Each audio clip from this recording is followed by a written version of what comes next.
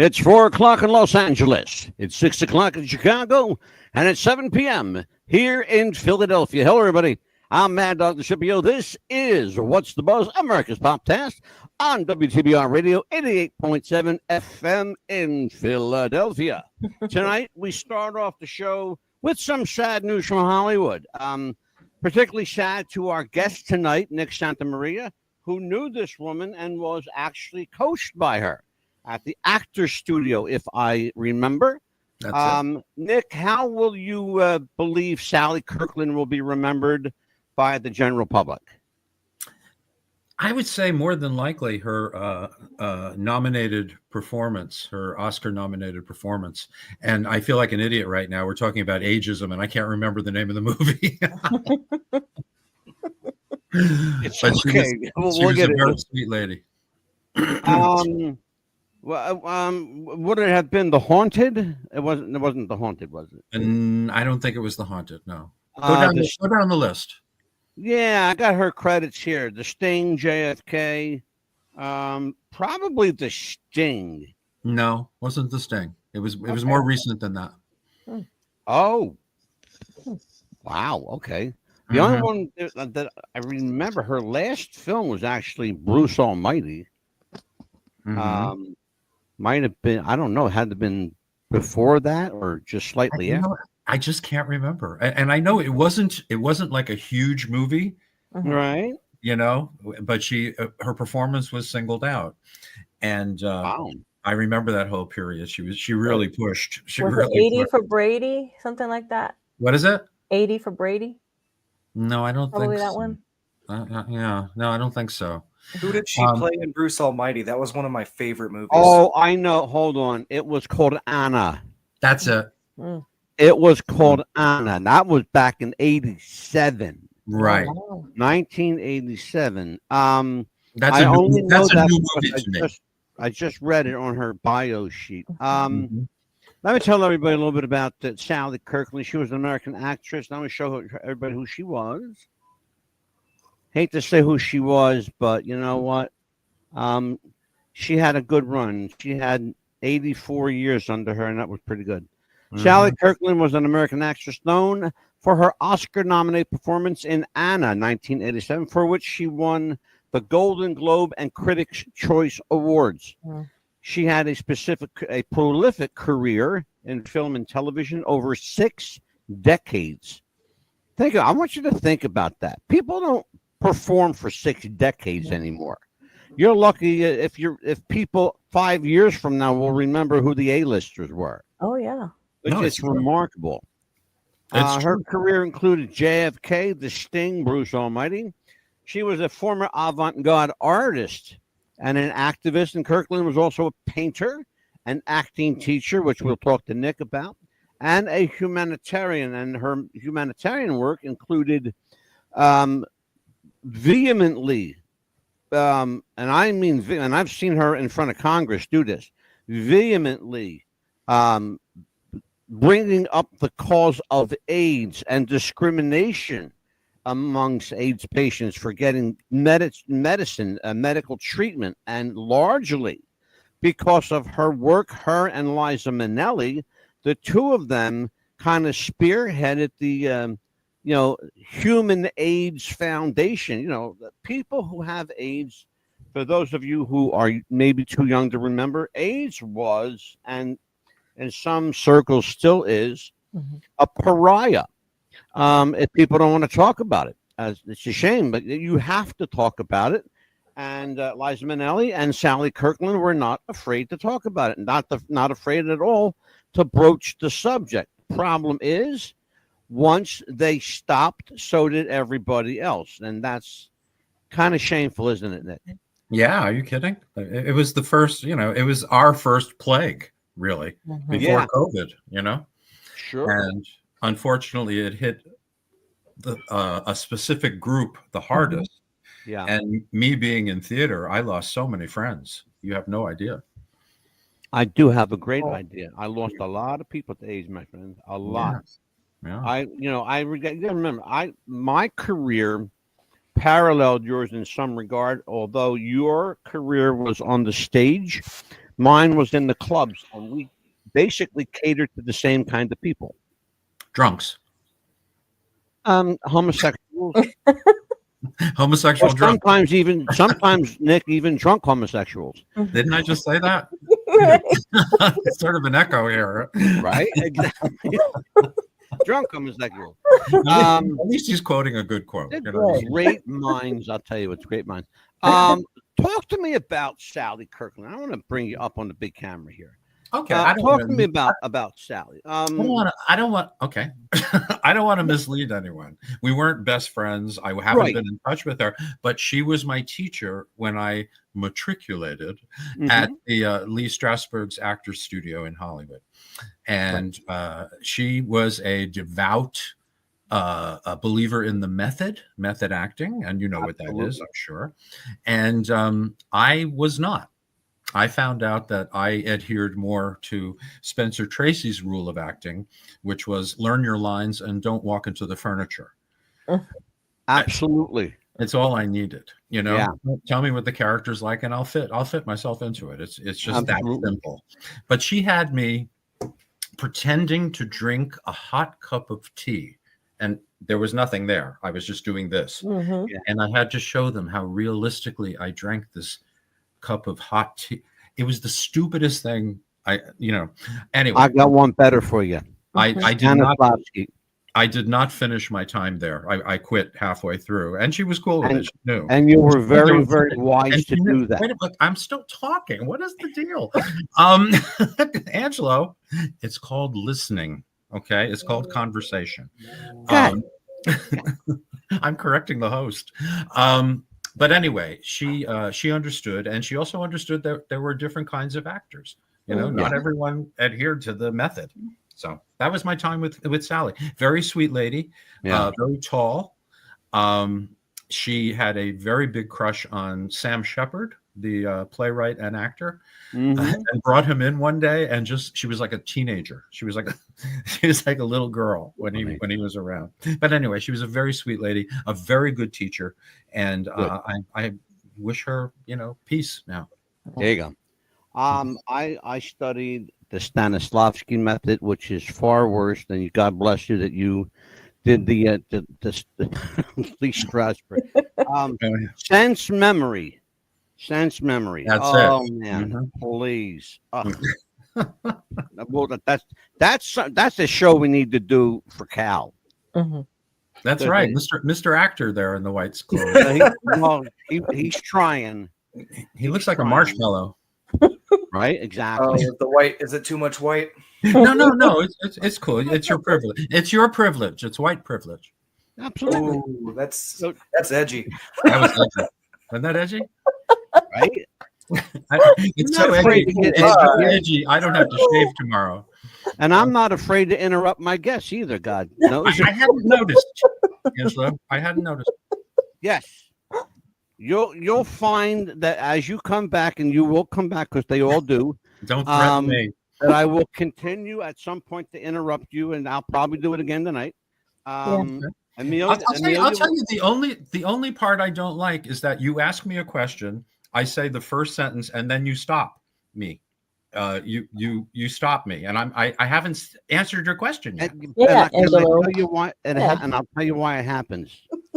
I have a very short window of which to get it out. And sometimes I want to add to that question that's already been articulated. And I find like the only way to do it is to either slip it in quick and hope that the guest will hear it, or they'll tell me to shut the fuck up.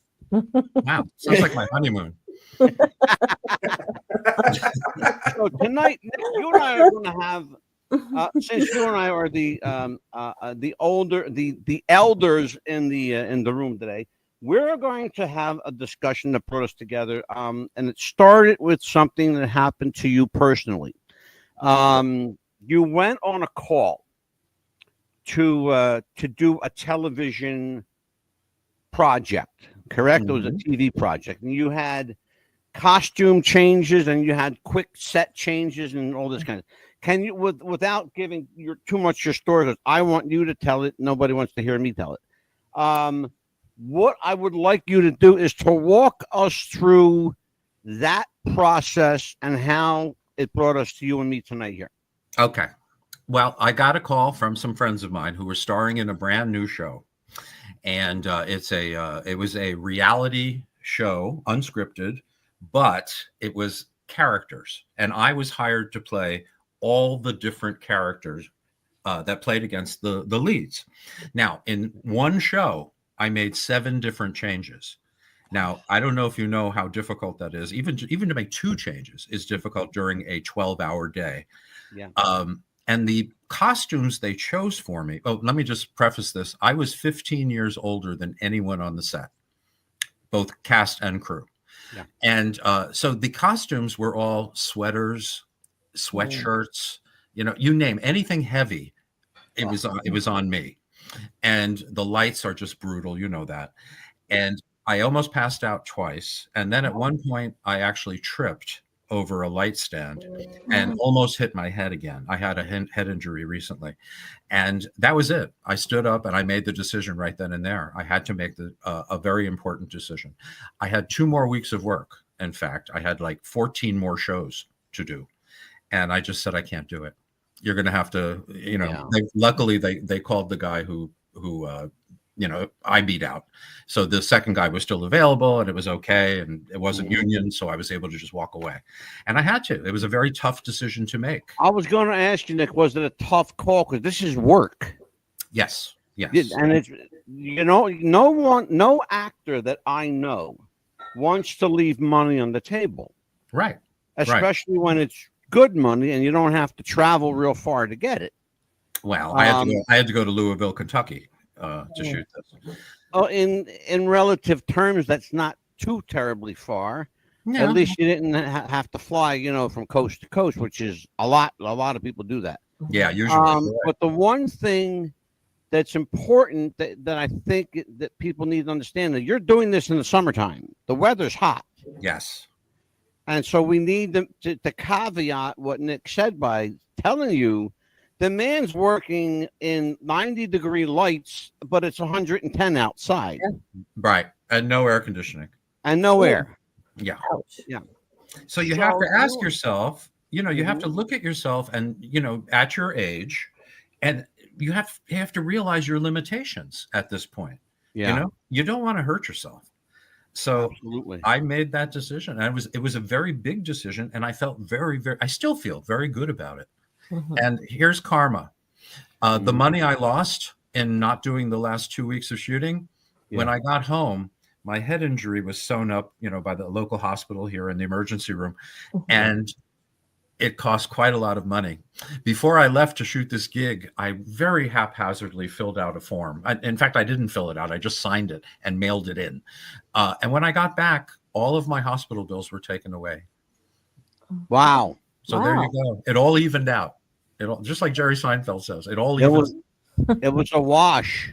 Yep. Cal, you are the actor in training here, Cal. So I will give you the beloved first shot here. So make it a good one. Make it count, brother. No pressure, pal. No, none at all. Well, I've done 2 productions for HBO. I just got done filming my first movie. Hold on a minute, Cal. I want you to ask Nick a question. I don't want to hear your credits right now. You ask an actor for a question. He's going to give you his credits. Talk to Nick. Okay, we'll talk about your credits later. Yeah. If you were not doing, the Broadway, the musicals, if you were not, what would you be doing? Like, jazz, like maybe some clubs, just curious. Yeah. No, I'm definitely, if theater was not in the picture, I probably would have stayed with stand-up. I left stand-up because, number one, I don't drink at all. So, and I can't stand drunks. I can't stand them. I have no patience, no tolerance for them. Yeah, it's the lifestyle. It's a lifestyle. And it's not my lifestyle. I don't go to bars. I don't like places that are loud. I don't even like comedy clubs, to be honest with you. 9 times out of 10, you're like going, how did this guy get on stage? So It would be stand up, and I would also be writing. I'd be writing and maybe teaching. I also teach, by the way. Oh, what subjects do you teach? I really teach show business. Right now I'm doing a class on the history of the American musical film. I teach a course on the film comedy. I have 6-week courses for like Abbott and Costello, the Marx Brothers, Chaplin, Buster Keaton, Laurel and Hardy. I teach adult education. So these are people that want to come and learn. So it's nice. And this is why I wanted you here, Cal. I told you we're going to teach you. We're going to educate you. How old are you, Cal? And I wanted him here, Nick, because I think he's got some gift. But I want him to do it the right way. There are people associated with Cal who I know well that if at every opportunity will take a shortcut to get there. I'm not a believer in shortcuts. Put the work in, put the sweat equity in, and do the fucking work. Mm-hmm. That's how you get hired. Do the work. Mm-hmm. So By the way, Cal, Nick, I'm 36. Thank you. Yeah, and do the work. Because at your age, you're relatively old getting into the business at 36. They're hiring 15, 16-year-old kids. And that's just Harvey Weinstein. Yeah, exactly. Exactly. Holy shit. No shit, right? For real. No, but I wanted to talk about this tonight because this is a subject matter that is absolutely destroying the livelihood of actors over the age of 50. And I'm not even kidding when I say over 50.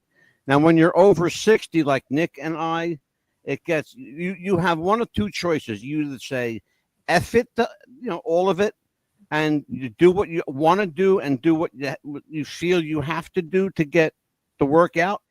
Like myself, who's going to hire a 65-year-old radio personality? Well, thank God that radio was dying and the podcast market was booming at a time when I was asking myself those questions. Right. Mm-hmm. Yeah. So now I have a whole nother lease at life. I get to interrupt people while they're talking. At least you're doing something you're good at. I'm telling you, I believe do what you know how to do and do it well, by God. Amelia, questions for Nick. Right. You know how I've talked about this before. Oh, welcome to my Facebook page, by the way. Oh, thank you. Thank you for asking me to be a part of that. Mm-hmm. I was going to ask you, how you said you're a teacher and things like that. Let's say a 15, 16-year-old came up to you and say, I want to be an actor, actress. What advice would you give them to start out with? Get another job. That's what I heard my whole life, by the way. He ain't lying. It's a tough racket. It's a very tough racket, but it's doable. And I'm living proof, and so is Angela. We're proof that it's doable. Basically, what you have to do is, okay. I talk about theater a lot, but that's where you get your legs. I call it your legs. That's where you get your legs. You learn, you could do anything. Once you've mastered the stage and you've mastered an audience, you could do anything after that. And if you get into an improv company, which I'm really suggesting for you, Cal, I know it's scary. It took me a year to get up the nerve to audition for the improv company I was in. But everything came from there, not just my confidence and my skills, but people come to those shows. People see you. And my other advice to you, and this is very important, get into one of the unions as quickly as you can and in whatever way you can. Okay. Right now, my union is supporting me financially and I'm not working. So you could build up a pension and that's what you're working for. If you become an actor, chances are you're not going to become a star. Okay. Chances are. But if you're not a star and you put in enough time into either union, SAG, AFTRA, the equity, you're going to get a pension at the end and you're going to want that pension. So that's my best advice to you. Screen Actors Guild, the the American Federation of Television and Radio Artists and Actors Equity are all key. And if you want to be an actor, you have to join those unions, or you will not work. And if you do work, you're going to be working for little money. Yeah, and you're going to work for scale. Yeah, right. And you won't have health insurance either. I'm actually the other thing that, sorry. I'm sorry. I was going to say, Cal, it's important. The other thing that's critical, what Nick tells you, work. Stars don't work. Stars fade out. Actors work.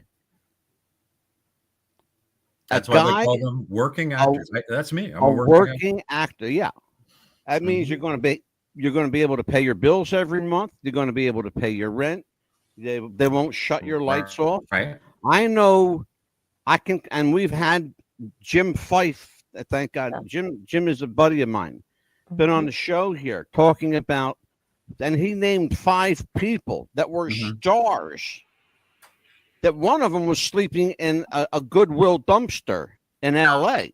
Richard Grieco. They found him sleeping in a dumpster. Okay, and this guy was good looking. He had money. He had the girls loved him. He was unrecognizable. He almost looked like Cal, for crying out loud. Good looking guy, right? Why would he wear a white shirt? Why would he wear a white shirt in a dumpster? I know, right? Amelia, questions. Also, you know how you were talking about the leading ladies and the way they look now. Do you think how bad of a difference is there now between them now and maybe somebody like Jean Harlow back in the day?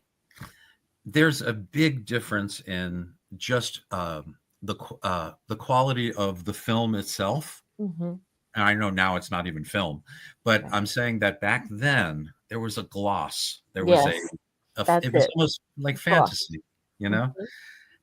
They were idealized. They were objectified. All of those things, and all of those things that I think are good actually.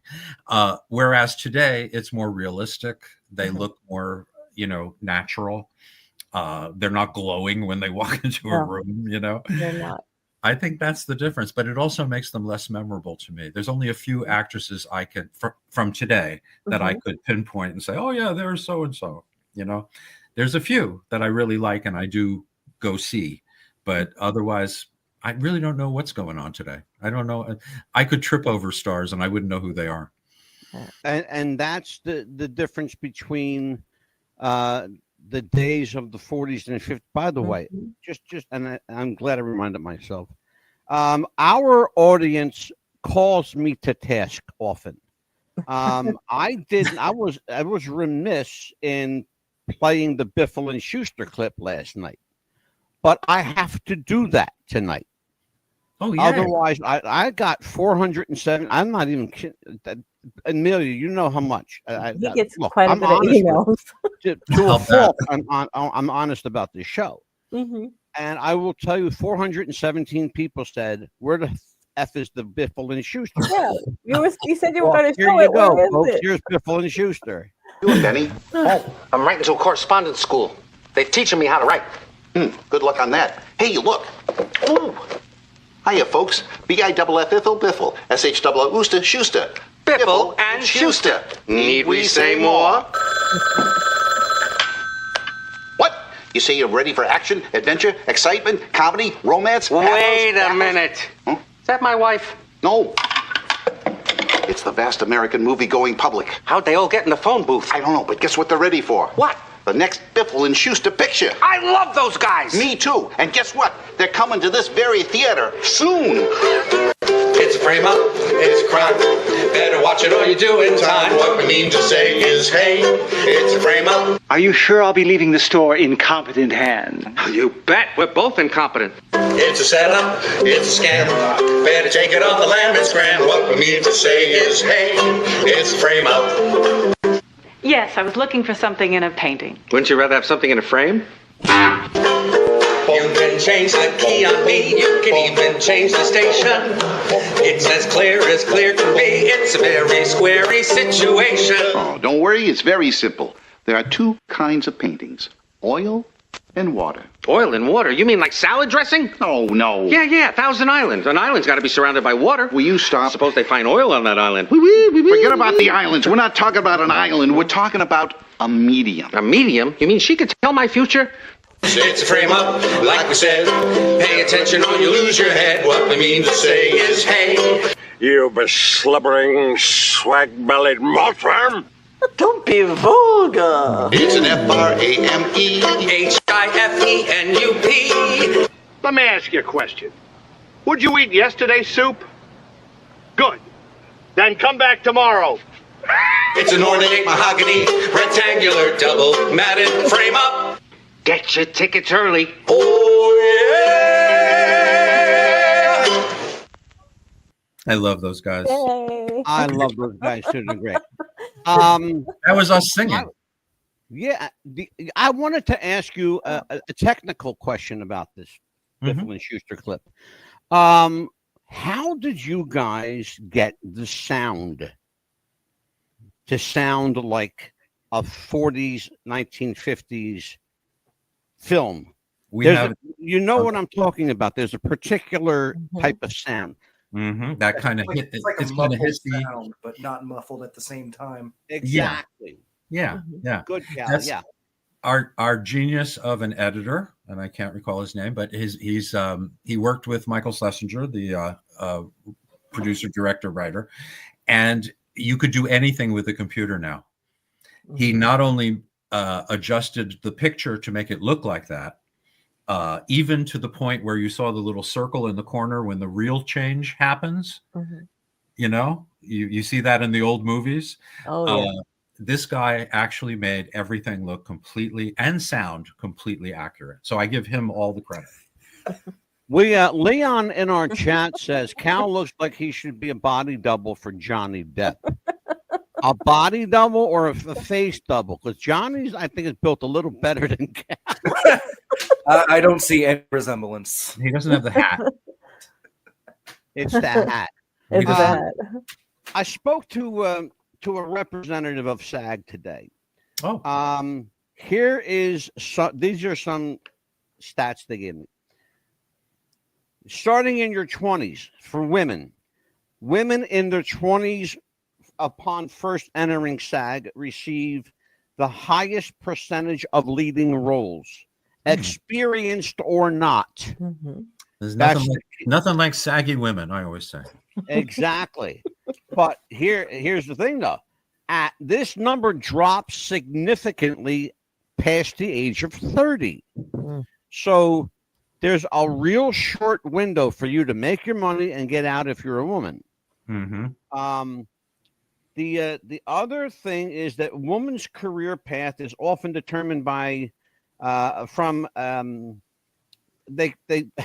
slide, and I don't want to use the word that they're using. Okay, remember they used to call them it girls back in the day. Okay, yeah, Clara Bow. Well, now they're called tit girls, and I hate to say that, but they went from it girls to tit girls. Wow. And that's what the rep at SAG said, and then they're her words. Wow. She has a good memory. Yeah. Women over 50 are commonly cast in supporting and minor roles, star or not. If you ever want to see a blaring example of that, Driving Miss Daisy. Okay. And Jessica Tandy was an amazing actress back in the 40s and 50s, and she was relegated to supporting roles. But her entire role in Driving Miss Daisy was a passenger in a car. Morgan Freeman was the star of the film, the chauffeur. Yeah. And I thought that was a kind of, just me again, Cal, I thought it was a slight on Jessica Tandy and her magnificent career. Did you ever work, Nick, with Uta Hagen or Stella Adler? No, never did. I read the books. Could you tell everybody who Uta and Stella are, please? Well, Uta Hagen was an actress who actually found her way through teaching. And apparently she was an excellent teacher, and she didn't do, it wasn't the method, but she was a realistic, she told you exactly what you needed to know. And if she felt you didn't have it, she would tell you. She would say, I'm sorry, you don't have that extra something that will get you work. Right. And then Stella Adler, again, a great actress who found her way through teaching and ended up, both of them ended up writing very important books for actors. Respect for Acting, and I forget what Stella's was called. Anyway, Respect for Acting is very good, by the way. Yeah. Uta Hagen's first graduating class, Charles Nelson Riley, Hal Holbrook. Charles Nelson Riley. Yeah. Charles Nelson Riley and Hal Holbrook, Jerry Stiller and Mira. What the hell was his name? Give me a second. Oh fuck! No, what? That wasn't him. Must be an Asian actor. Yeah, I'm sure. But she had a hell of a first graduating class. There was a number of people, and I don't have that anything in front of me, by the way. I have a buddy who went to Uta, who worked with Uta, Louis Stadlin, who played Groucho in Minnie's Boys on Broadway. Okay. Yeah, big Broadway actor, great guy. He worked with Uta, and he says she was the best. He loved working with her. And the others were David Jansen and shit, and I forgot. Darren McGavin. Oh, okay. Boy, it's like our whole past. Yeah, it's like television from the 70s. I just had to remember. Again, those names I didn't have them written down. You remembered all those names? Yeah. He does. He's got a good memory. That's good, really. Ageism is a word that we're hearing now associated with Hollywood. Age discrimination has been replaced by ageism. Interesting choice of words. While women over 50, and as I said, and it bears repeating because it's going to go into something else there, over 50 are commonly cast in supporting or minor roles, and the research shows a sharp decline in the number of major female characters after they turn 40. Yeah. So 20 to 30 is the golden goose age. That's 30 to 40, you're still able to get work. After 40, I guess you become less desirable the closer the breast hit the floor. You know? It's too late for me. and That's why you need a push-up bra. men in Hollywood, or just a few push-ups, right? Men I wanted to bring Angela, if I may interrupt. Yes, sir. Well, why not? I interrupted you twice today. Good. I was going to say I'm learning by example. I'll teach you. I was going to say the difference between today and yesterday. Okay. Do you remember back in the old days, one of the biggest stars in America, in fact, number one at the box office, was Marie Dressler, and she was in her 60s. This was the number one box office draw. And there were older people. They were character stars in those days, right? Like Sidney Greenstreet was a character star. He didn't make his first movie till he was 61. Okay. Now it's youth. Everything, the whole culture is about youth. And it's not just Hollywood. It's everywhere. It's all about youth. And you know what? Since I started going gray, letting my gray come in and all that stuff, you get treated differently. You're not considered. You feel invisible a lot. I appreciate people like Don Knotts, who gave people, older actors, work in his films. Don Knotts was one of those unsung heroes who actually hired older people. Jerry Lewis did the same thing. Jerry Lewis did the same thing. Yeah. Arthur O'Connell had a second career because of Don Knotts. He went on to play with Don Knotts in 4 films. He did 2 films with Elvis Presley. He was actually considered to be the Jack Albertson role in Chico and the Man. and shortly after that, he passed. Wow. Well, so did Freddie Prinze. Yeah. You know? Yeah. That was a shock. That was a shocker. Freddie Prinze Jr. died? No, the dad, his dad did. His dad. Yeah. Committed suicide. Yeah. Mhm. But it's interesting. The men, that salt and pepper, you would think that, a woman gets gray, she's an old hag. A guy gets gray, he's distinguished. Yeah, he's a Oh, silver fox. Yeah.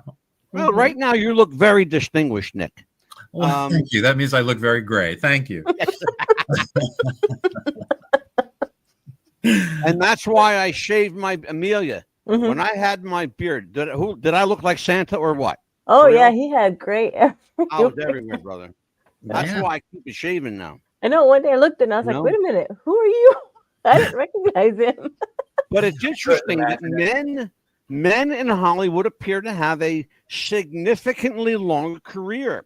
Yeah. As older male actors often play romantic leads opposite much younger women, because obviously there are no older women to be found in Hollywood. And we know now it's by design, folks. It's by design.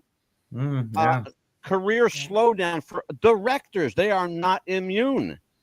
A study found that the probability of hiring directors drops significantly over the age of 45. It's a youth culture, my friend. John Huston did his best work in his 70s and 80s. Mm-hmm. And he was almost 90 when he passed. He might have been older than 90, but he was pushing 90, though, for sure. Mm-hmm. The best work he did was Chinatown, and he wasn't no young guy, man, Yeah. when he did that. And he was smart because he hired his daughter to work in that film, too. Yeah, and she's a great actress. But I got to tell you that this is more of a modern phenomenon, but this is what our culture is like. We pick one old person to be the old person in Hollywood. For the longest time, it was George Burns. Yes. Okay? All anyone talked when anyone brought up an old person, it was George Burns, and he worked all the time and all this stuff. He was the old guy. Then it became Betty White. Yeah. Betty White became the old person. Yeah. And we have room for one, maybe two. You know what I mean? It's disgusting. It really is disgusting. In the 1980s, almost virtually every black male was played by Scatman Crothers. Right. I didn't know he was into blackmail. Was he arrested? He should have been for some of the parts he took.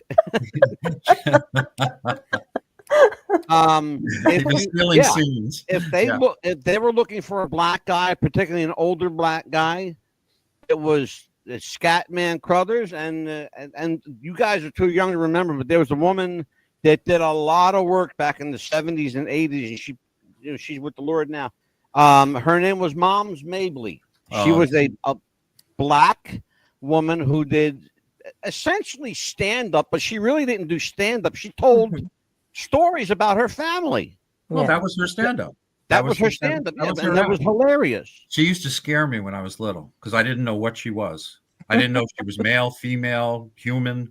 Seriously.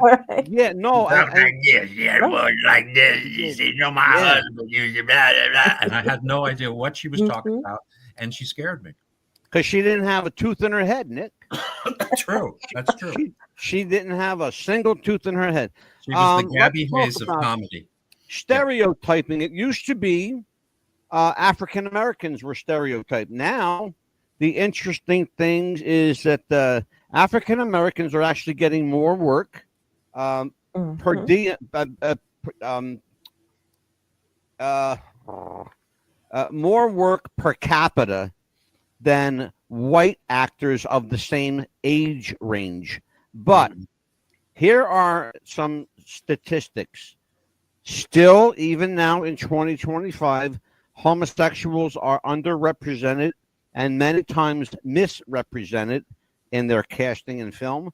The pay gap between straight and gay actors is significant. There's a 70% gap in pay between working white straight actors and working working white homosexual actors. This There's a lot- important to say here that this is SAG. This is not equity. Equity yeah, is this the other is- way around. Yes. Yeah, this is just come from Screen Actors Guild. Yes. Is it because they want to see more gay actors, Angelo? Is that why? That's a real good question. And you know what, Amelia? I could sit here and bullshit and answer, but I'm not even going to try and do that. Mhm. I'm not even going to try. I don't know what their thinking is. I can't. Nick, you've been around television and film longer than I. Mm-hmm. Let's just play, what if? Let's play the game what if. What if Amelia's question were reversed? What if it were, why is there a discrepancy between straight actors getting roles instead of gay actors getting roles? What would Amelia, you understand where I'm going with that? Say your question.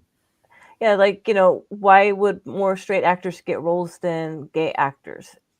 The only thing I could possibly imagine, and it's the obvious answer, because number one, half the gay actors, you don't know they're gay. Mhm. You have no idea. That's the truth. You don't. You don't. It's the flamboyant ones that is their actual character in life.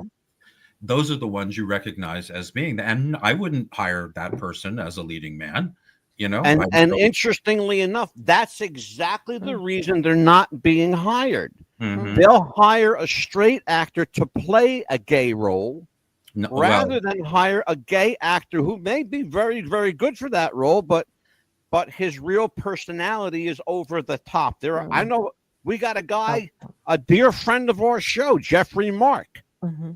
Jeffrey's a hell of a guy, but he is like out there. Out there. He's a hell of an actor. He can sing. He can do theater. He's done television, film. He's an Emmy award-winning writer.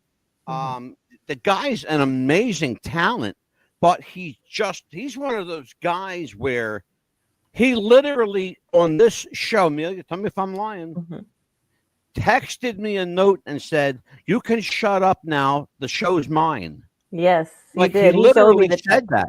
Really? Mhm. To which I interrupted him every chance I fucking got. Every time from now on. Every chance I got, I busted his balls so fucking bad. But the discrepancy in pay is what I'm interested in here. Why is there such a discrepancy between television, film, and theater? What's the linchpin for theater actors to get that pay? Well, they never will, because again, why is that? It makes tell you the truth, it makes perfect sense. Television and film reaches millions, maybe even billions, whereas theater does maybe at the top 5,000 at a time. Oh, okay. So I did the producers for 5 years, okay, and we're talking a lot of performances, but I was in the movie that was seen by millions, in that one tiny little thing that I did in the movie. And the whole theater thing was much, much, much smaller. It's Nick, a much may I smaller ask you a world. question? Yes. I have a question for you, Nick. Yeah. Did you work with Nathan and Matthew? Yes, I was with Nathan? all three companies. Okay. Because I know Nathan a little bit. Okay. I'm not probably not like you do. But when he also did Matthew and Nathan did the film version as well, the remake of the Zero Mostel, and It's that horrible. was It's if you horrible. guys, oh my God, Zero Mostel, and God rest his soul, Gene Wilder, they were brilliant. And again, I have a soft spot for comedy actors. Dick Shawn, rest his soul, who literally died on stage. Yep. He literally died on stage. In front of his son. In front of his son. His son was in the audience.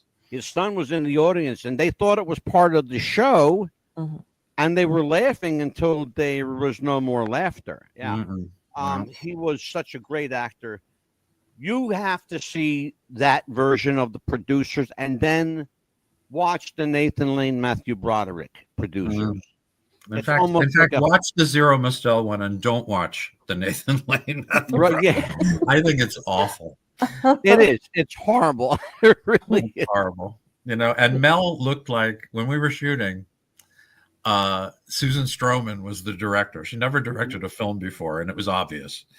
Yeah, and it shows. Mel was sitting off to the side, looking like, well, first of all, his wife had just passed away, like the month. Yeah, before. Anne Bancroft. Yeah, yeah, and he was very, very down, very down. So you know how I cheered him up?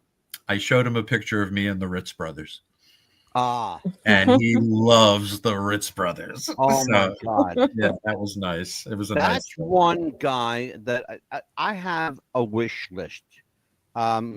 I had 5 people on my wish list. 3 of them are deceased now, but the 2 I would love to be able to talk to are Rob Reiner and pick his head about his dad, Carl Reiner, and I would love to be able to just give me 15 minutes. Just 15 minutes with Mel Brooks. You wouldn't get a word in. I wouldn't have to. I would sit here and go. We'd be like this. Absolutely. I would love to. If you can make that happen, I would love for that to happen. Oh, he's almost 100. He's not in great shape.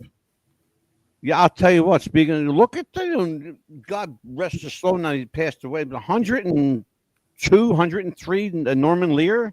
Mm-hmm. Amazing, right? Amazing. I had a guy on the show, 95 years old, and I was the compliment of my life. He called me a genius. Aw. Yeah. George Slaughter, the creator of Rowan. I love George Slaughter. Oh my God. Yeah. I had him for 2 hours at 95 years old, and how many questions did I get in, y'all? Oh, about maybe not even 15, if that. Under maybe 15. I got maybe 10 in. Yeah. In a 2-hour show, maybe 10. Yeah. But you got to sit back and just listen to his. It's all about the stories. Oh my God! He was promoting his book.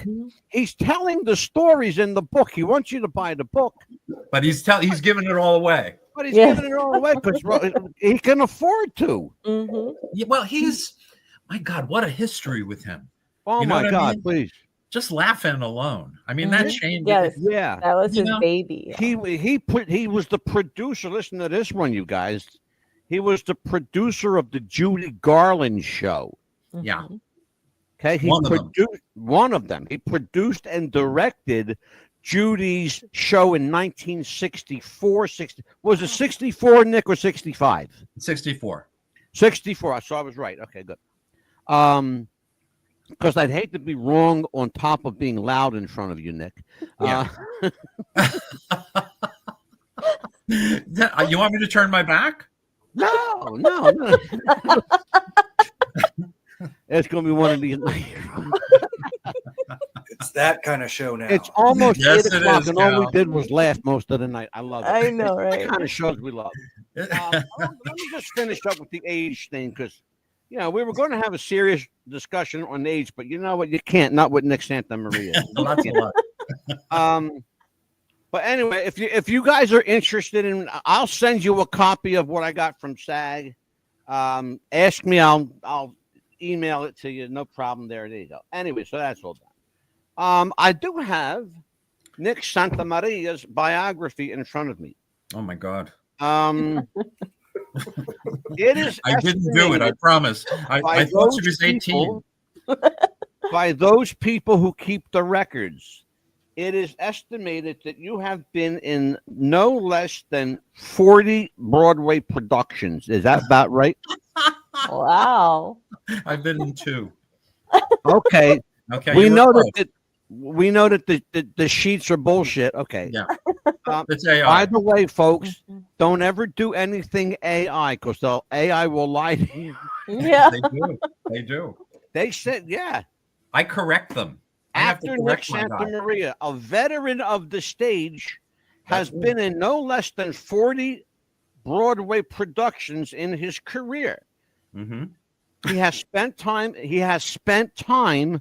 like it's minimizing it. I want to read it directly. He has spent time in television and film, but his career path has been focused on his calling in musical theater. I take issue with that. I was only in musical theater because I was forced into it.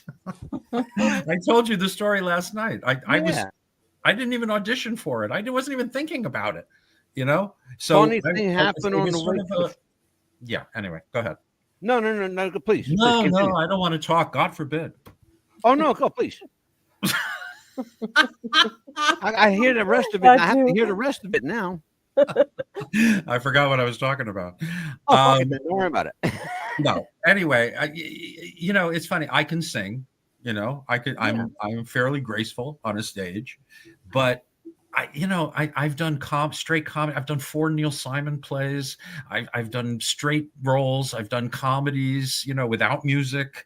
I much prefer straight theater than I do musicals. It's much harder work to do a musical, Oh yeah, it is. But the role that I'm known for in Los Angeles, especially, is Pseudolus. And A Funny Thing Happened on the Way to the Forum. They wrote that for me. They didn't know it at the time, but they wrote it for me. I was going to ask you about that when I made you forget your question, but that was just going to talk about Funny Thing Happened. I remember the question now. I just can't remember your name. Yeah.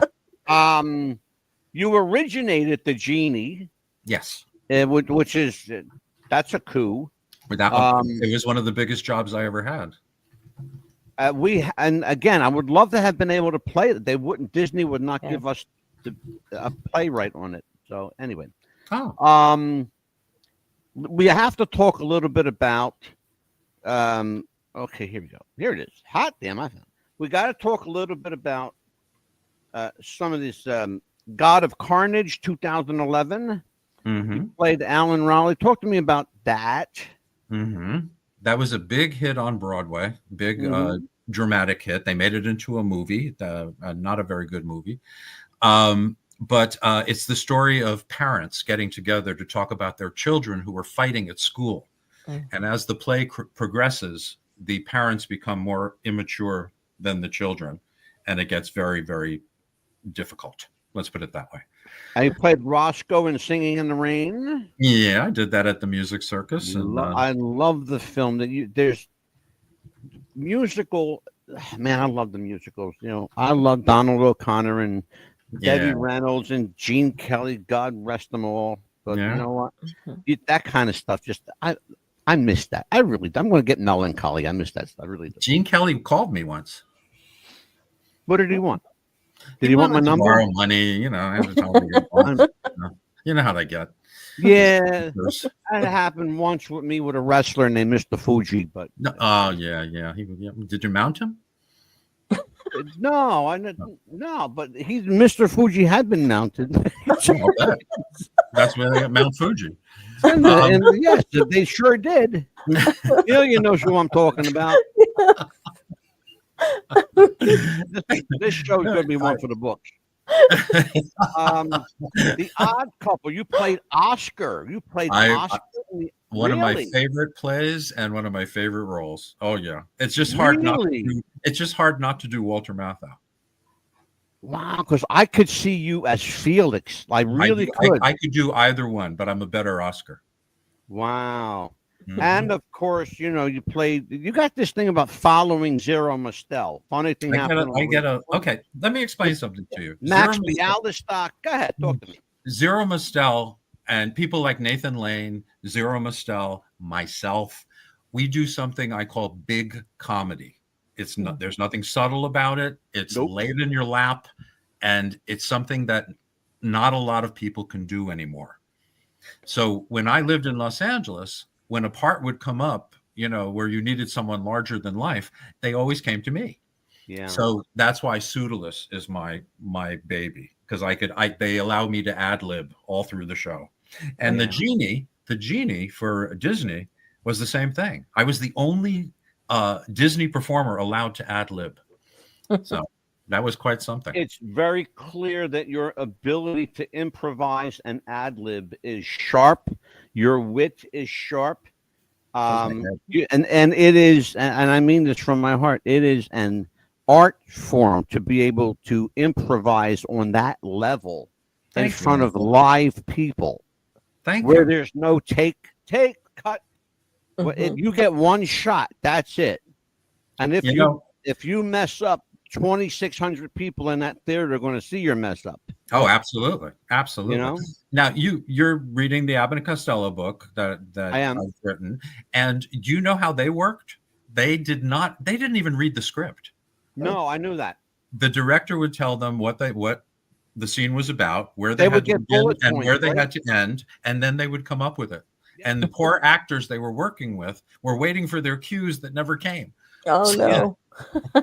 They would. But it kept the comedy fresh. They would get bullet points, which it's almost unheard of now, just to give bullet points. But they would get bullet points. The Stooges were very much the same way. Moe, Larry, and Curly, Shemp, God rest them. I don't think they know what a script looked like. No, because everything they did was pretty much off the cuff. They had perfected their physical comedy to an art form where they literally didn't hurt each other. You know? Do you know, my dad actually saw the Three Stooges with Curly on stage, and he said they weren't funny. He said they were very disappointed because there were no sound effects, and without the sound effects, the Stooges are nothing. That's I'm sorry, but that's my opinion. Without those sound effects, try and imagine it. Just try to imagine. Absolutely. Yeah. Think about the clip that we just saw, the Biffle and Schuster clip, where Schuster gives Biffle the bop on the nose, and you hear the horn. Yeah. Imagine if there were no sound effects there. That's what I'm saying. Just how the subtlety of a horn or or like we have them here, Nick, and we have subtleties here. We have our gong.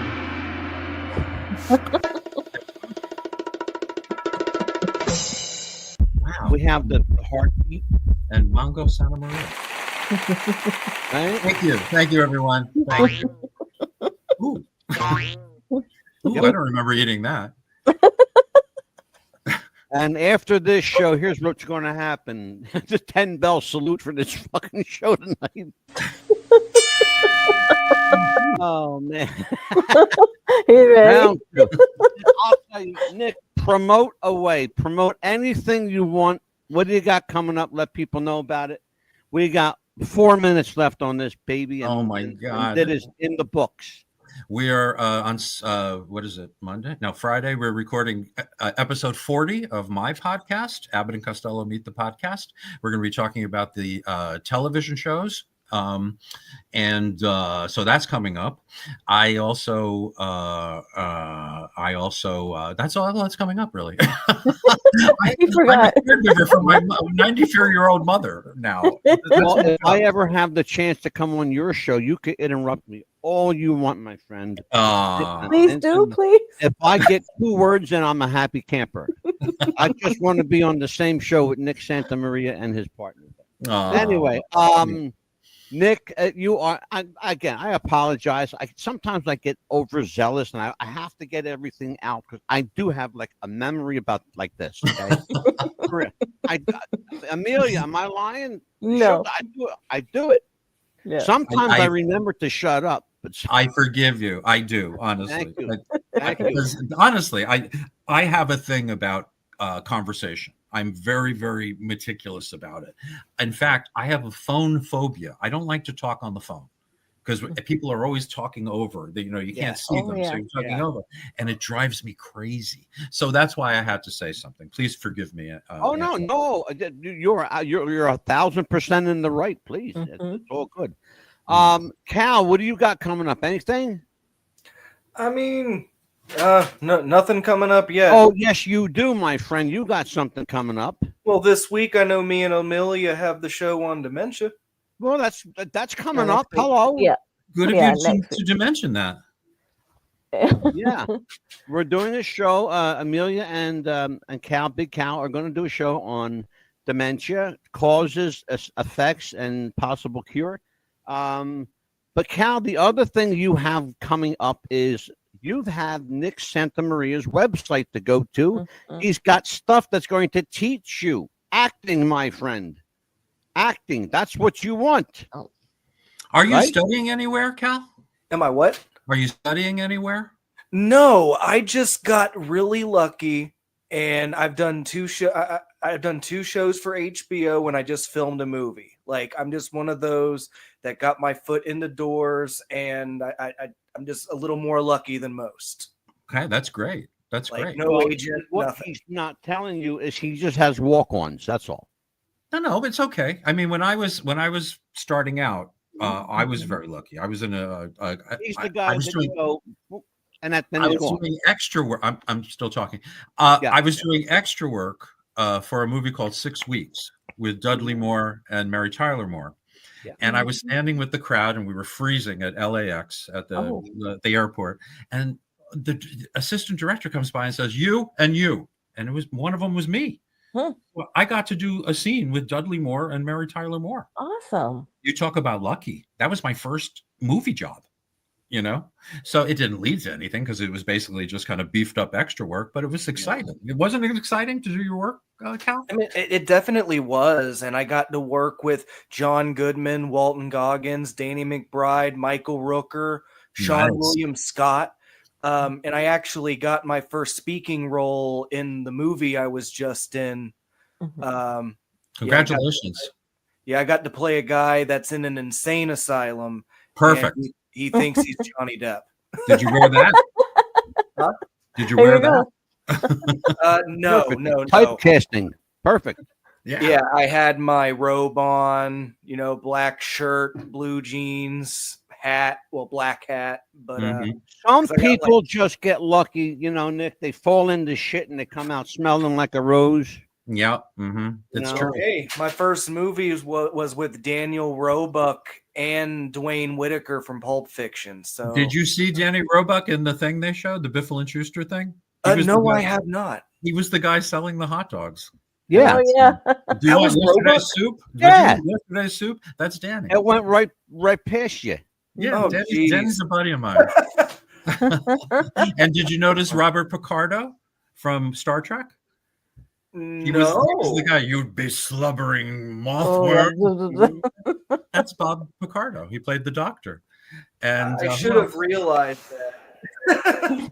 My first film was Eddie and the Cruisers. I had a little a fart of a part but when I had Michael Paré on the show, he remembered. He remembered like that. Yeah. Wow. Michael, yeah, he remembered immediately. He goes, "How you doing again, Mad Dog?"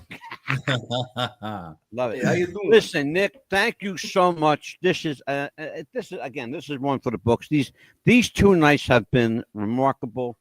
Worth waiting for. If it's okay, can I send Cal your way? Can I hook him up with you? Sure. Okay, Cal. You know what, After the Cal, show, are you on Facebook, Cal? I actually just got back on Facebook. I thought I was permanently banned, but I Yeah. got on this morning. So friend me, Nick Santamaria. Okay. Yeah, will do. I'll be glad to, learn whatever you have to teach me. And Oh, it's just a lot of fun. remember something. Remain humble. Yes. Okay, remain humble. Because people For will think Nick you're great. Santamaria, who is an amazing guest, anytime we can get him, it's always a welcome opportunity. Thank to you, pick his bud. brain, to laugh, to have some fun, and to be the butt of his joke sometimes. And look, I'm a big butt. I'd definitely love to have you back on. Absolutely. Yes. Thank For you. Amelia Pitbull Chapman, for Big Cal Yater, I'm the Mad Dog. God bless, folks. We'll see you tomorrow night with the Kings of Doo-Wop. Take care. We'll see you then. Bye-bye.